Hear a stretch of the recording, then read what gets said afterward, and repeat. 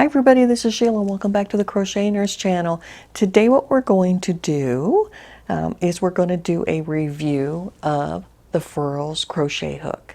If you like this kind of content, please subscribe and don't forget to hit the notification bell below. So, as you might notice, is I have on a shawl. I created the shawl because I wanted to, well, because I wanted it, A, and B, because I wanted to make sure in doing a review for the furls that I was giving each of the hooks that I tried to, when I was creating this shawl, a fair shake. To my mind, to actually give a hook a fair shot, I just wouldn't want to create a swatch. I actually wanted to create a pattern that was of significant size, and as you can see, it is actually quite large. And so there's the front. It has 3 different colors and a lot of pattern changes and a lot of color changes. And so in creating it, I used a Furls hook and interchanged it with a Clover, and then also tossed in a Hobby Lobby hook as well. And so I think it turned out quite nice. And just if you are curious as far as the pattern, this is actually a pattern. This is the pattern. And this is from Hobby Lobby. Actually, when I was in Hobby Lobby, it was probably a year ago, maybe longer. I was tooling around the Hobby Lobby aisles, and this just happened to be one of the hot patterns that it was hanging up, and I grabbed it and took it home. And I've just had it stashed for quite some time and finally decided to make it because it is so pretty. And remember, the orange in here, just FYI, the white here is Big Twist. The orange is that burnt orange from the Premier Just Yarn from Dollar Tree. And this yellowish color in here is also Dollar Tree yarn, the Premier Dollar Tree yarn. And then this pretty blue down here at the bottom, this is Impeccable Loops and Threads, is what that is. So 3 different types, but it looks fantastic now that it's done. So FYI, so that what we're doing again is Furls crochet, the Clover, and then also the Hobby Lobby hook. So let's go down to the table and let's talk about the hooks. Let's take a closer look at these guys. I have all 3 of these hooks are I9 5.5s. The left here, I have the Furls. In the middle, I have a Clover, and then over here on the right, I have a Hobby Lobby. The reason I'm throwing a Clover in the mix is because most people use Clovers out there, whether they are the regular Clovers or they're the soft touch. And so I wanted to throw one of those in the mix just to help you guys for comparison. And then the Hobby Lobby, I don't see a lot of people using Hobby Lobby, but I kind of like them. And just right out of the gate, I'm going to show you that if you look at the Hobby Lobby and you look at the Furls, there's a lot of similarities, and that's kind of what we're going to be talking about. So first up, let's take a look as far as lengthwise when we're looking at these guys. And I've got my ruler out here, and it's a clear ruler, so that way we can kind of look at these things. So let's first look at the Clover. So when we're looking at the Clover, what I really want to pay attention to is not just I know that Clover is shorter than the others, but what I really want to pay attention to is the body and then the head. And as you can see here, the body of the Clover is right about 4 inches, and then the head is another 1 3/8 inches. Okay? And they design the Clover, as we know, it is said that the Clover are ergonomic. They design them with the thumb grip on top, so it gives us an encouragement as to where to hold, and the length, so it fits in the hand for the length of the hand. We'll get into that in a bit, but for the length of the hand, and this is the way that I hold.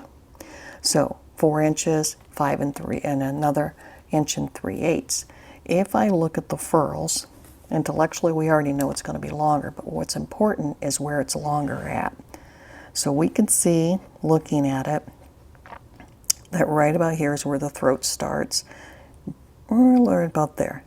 So it's a little over 4 inches long, which is surprising to most people because most times folks think that the furl is longer everywhere, but where it's actually longer is the head. So take a look here.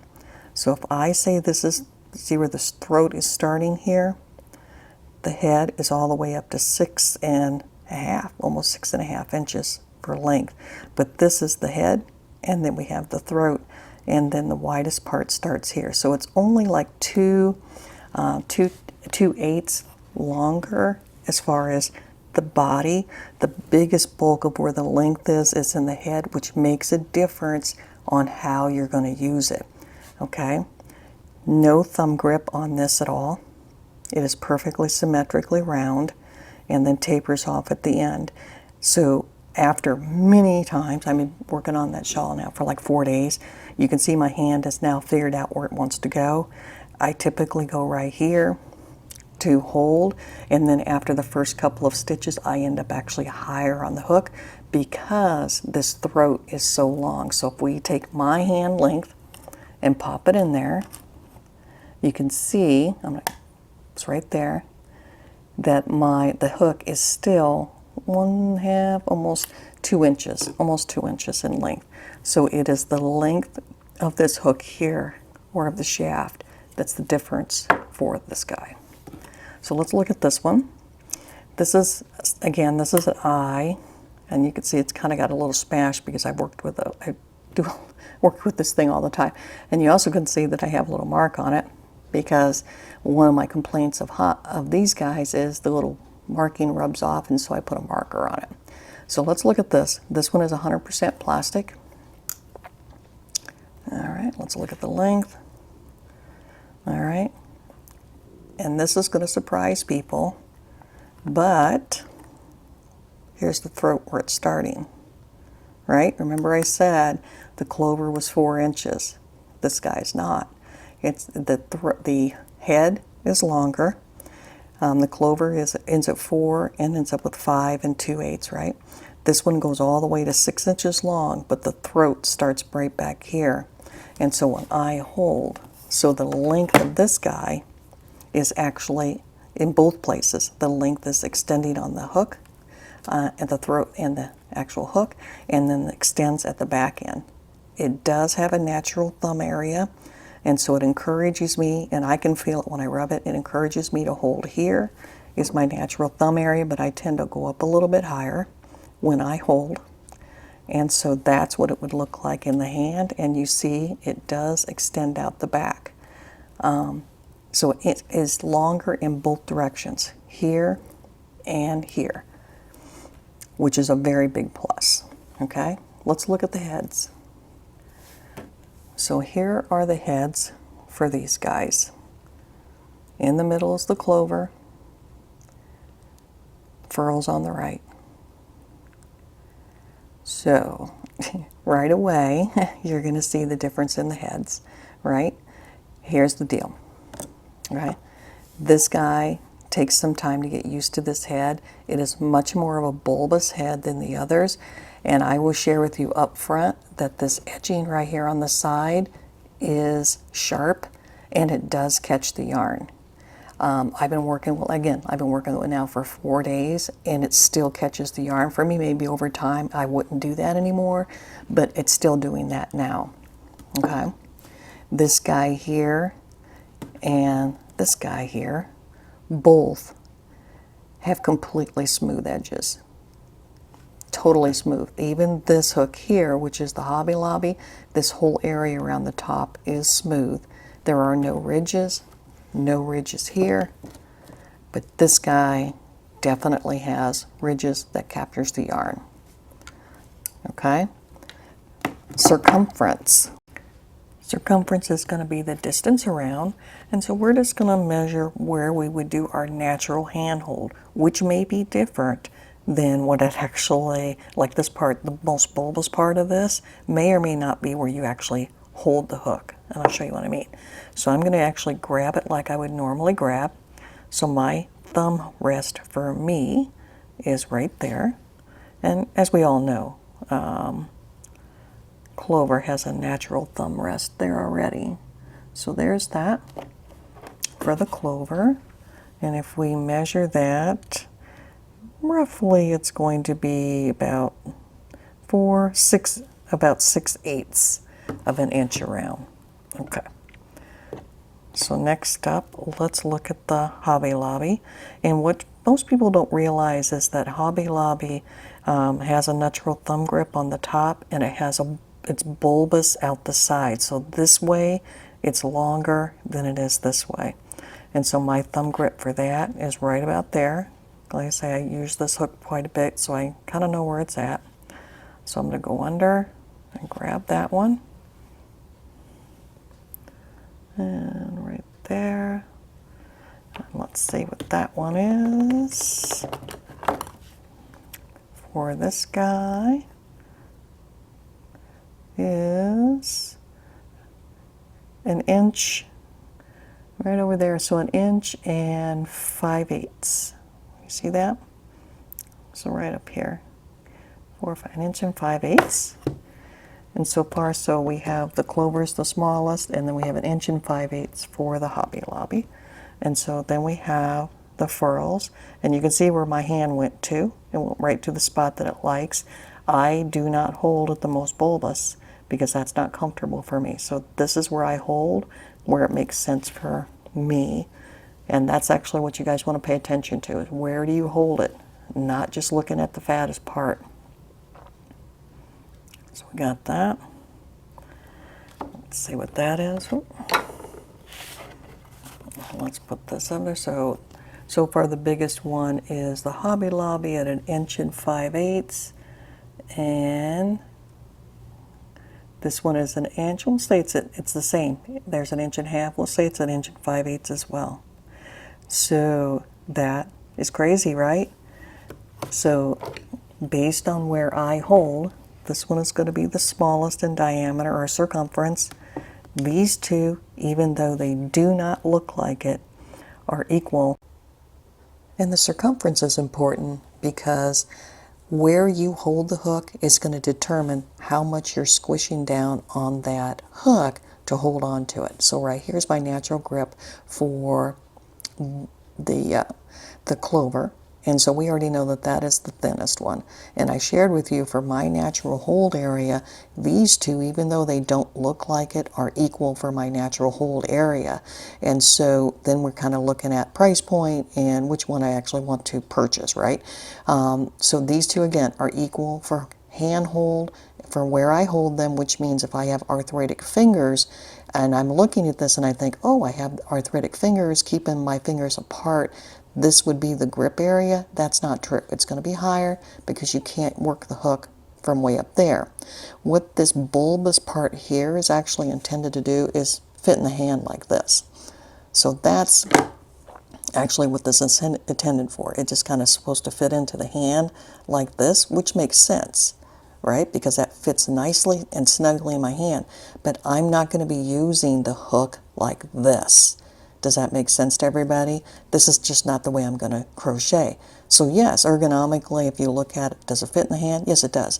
But it's not the way you're going to use the hook. So let's take a look at how they crochet. All three of these are eye hooks. There's my furls, I have a clover, and then I also have the Hobby Lobby. So let's begin. You can see my shawl down here. I'm working the section down here at the bottom. So, and what I want you to pay attention to is actually my hand motion on each one, because that's what's important here. So let's do a few stitches first with the clover. We all, for those of us who own clovers, we all are pretty comfortable and know how the operation is for these guys. But what I want you to watch is how my wrist involvement is. That's why I'm pushing my hand up close to you. You can see how much I'm turning my wrist. And the reason that I'm doing that is because the head of the clover is short. By my mind, it's short. And then also for my hold, you can see this is the way I hold. And I do hold pretty loose. And the reason I do is because if I hold tight, you can see right here that the clover digs into this part of my hand. So the muscle, if I do long bouts of crochet, The Clover gives me hand pain right here, which actually interacts with carpal tunnel, believe it or not. So we can get the carpal tunnel problem, hand down here, pain, and then it can extend down my finger. So not that I dislike my Clover. I like my Clovers, but I'm just pointing this out. So let's move on and let's take a look at the furls. Again, same hook size, and you're going to notice a difference right away. Look at my hold is, I've already been using it for this whole shawl that I'm making, and so my hand's already muscle memory, so I've already gotten used to where I'm going to grab it. And you can see, again, I'm going to have a loose hold, and watch the hand motion. I'm going to go in, and because this guy is longer, I tend to roll. And you see, you probably can see it already. I roll more so than I flip my wrist. Do you see that? And you can see the yarn getting stuck too, which absolutely happens with this hook on a regular basis. But yet when I go in, because the head is longer on this guy, I tend to roll it rather than flip my wrist back and forth like this. I will use my fingers, which if you get hand pain, and you can see I'm grabbing and rolling, if you get hand pain, the furls would actually be better if you can actually teach yourself to roll like this, roll and pull. You would get less wrist rotation. Another positive thing for the furls is this is my hold here, and you can see if you look at the end, it extends out over the back of my hand, and so I'm not getting it digging into my muscle tissue here, which would cause me pain. However, that said, because I am rolling, it's running up and down my hand, and I did find that if I use this for a long time, I get the exact same pain in my hand here and down my finger that I do with the Clover. So just wanted to share that with you guys. For me, even adjusting to using a roll, as you can see I'm rolling, even using that roll, and that negates some of my wrist action, I still will get the pain and that light pressure. If I actually used it to do my whole wrist action, I would really, you see the wrist going, I would really have to be doing a lot of this because the head of this guy is so long. I need to really get it in there and out to kind of make it work. So that is actually one of the downsides of this. While I love the balance and I like the way I hold it in here because it keeps my fingers apart so I don't have that tight grip, I don't, that's a positive. The Clover again digs into my hand, and I'm using my thumb here. So let's take a look next.